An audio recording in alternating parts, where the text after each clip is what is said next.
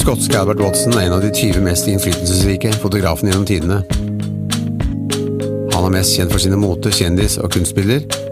Hans verk stilles ut i gallerier og museer rundt om i hele verden. Han har tatt over 250 cover for Vogue og over 40 covere for magasinet Rolling Stone. Hans portefolio inneholder hundrevis av de største filmstjernene, rockestjernene og supermodellene fra hele verden. Til og med president Clinton og dronning Elizabeth II. De viktigste kunstbildene hans er priset til over 1 million kroner.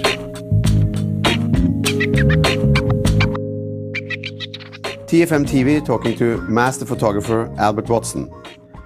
How did you get interested in photography? I was first of all interested in mathematics, and I was going to go to university for mathematics. But then I went and I did some classes in art, I don't know the reason, at evening school.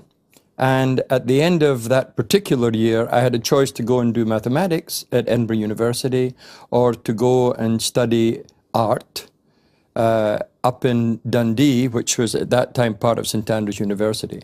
And I don't know to this day why I made the decision, but I decided to go to art college. And my wife got me a camera for my 21st birthday. You know, she got me a small camera.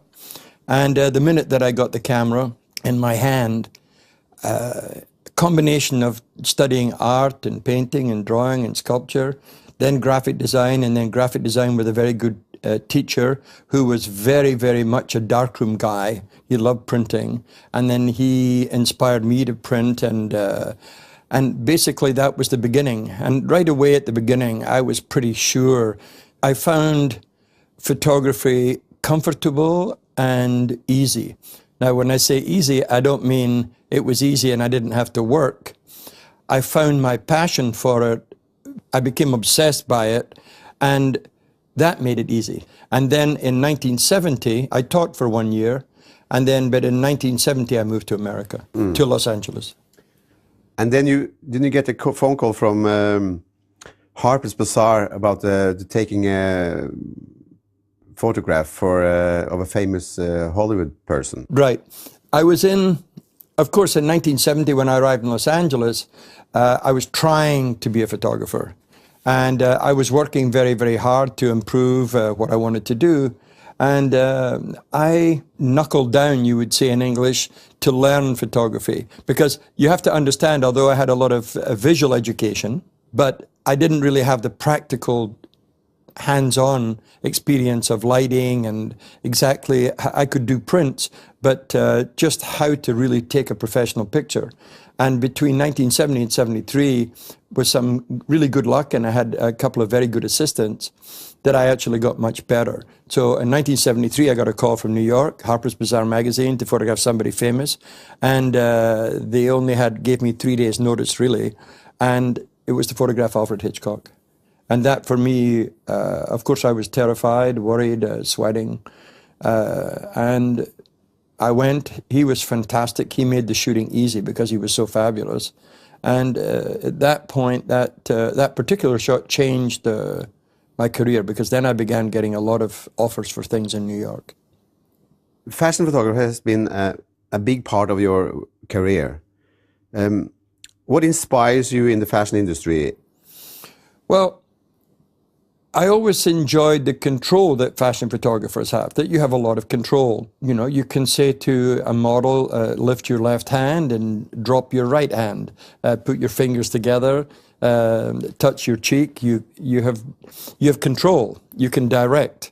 So my film experience, which was very small, but film school, and a combination of that with visual. By the time I got to the mid 70s, I could light okay, not great at that time. I became much better in the 80s. And the combination of these things enabled me to start doing fashion. Now, I was also felt that I should know something about fashion.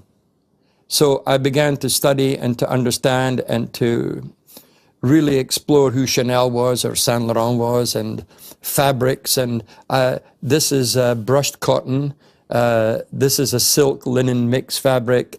This is taffeta. This is tulle, and so on. So I began looking at fabrics, because in the fashion, fabrics are a gigantic part of what you're photographing, you know. And so therefore I began to explore all of these different things, and I felt it was a responsibility that I should know something about the way clothes are on the body. But the funny thing that happened to me as I did more and more fashion, I was never really a fashion photographer. That was what was rather strange. I always held on to being a photographer who photographed fashion. And there's a difference there. There are a lot of very, very, very good fashion photographers. If you look at somebody like Helmut Newton, for example, was a brilliant photographer, but in the end, he really was a photographer who photographed fashion. If you look at a Steven Meisel, who's a brilliant, brilliant fashion photographer, I mean, fashion to him is the dominant of the two words. You know, what's important to you, the photography or fashion? Fashion is so important to him. He likes doing pictures and he likes photography, but what's important is the fashion. But with me, what was important was the photography. So my pictures, when I took them, were sometimes for the fashion people over the years too strong, too masculine sometimes they would say, and too powerful. Which is an odd thing, because you always think, isn't powerful good, you know, isn't strong good, isn't heavy good, and so on.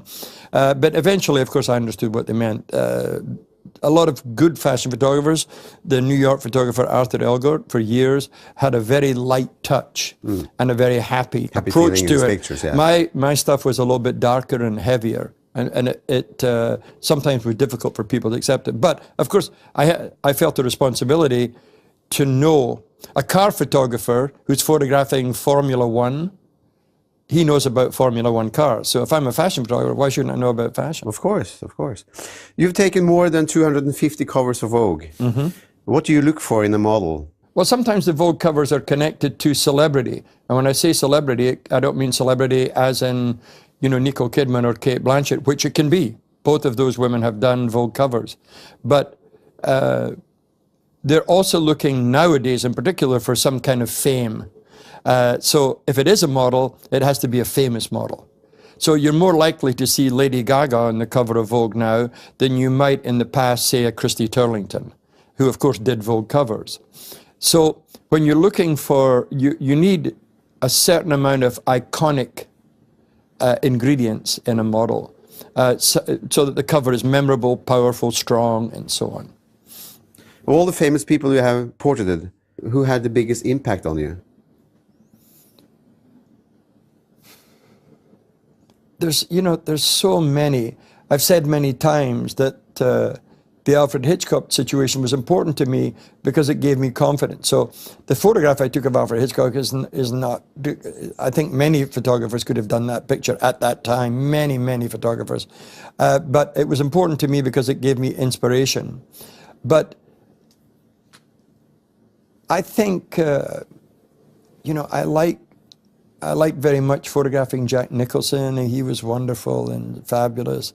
I liked photographing Clint Eastwood. I've photographed him several times, and I get on well with him. I have a good understanding with him. So I think those people had a big impact on me.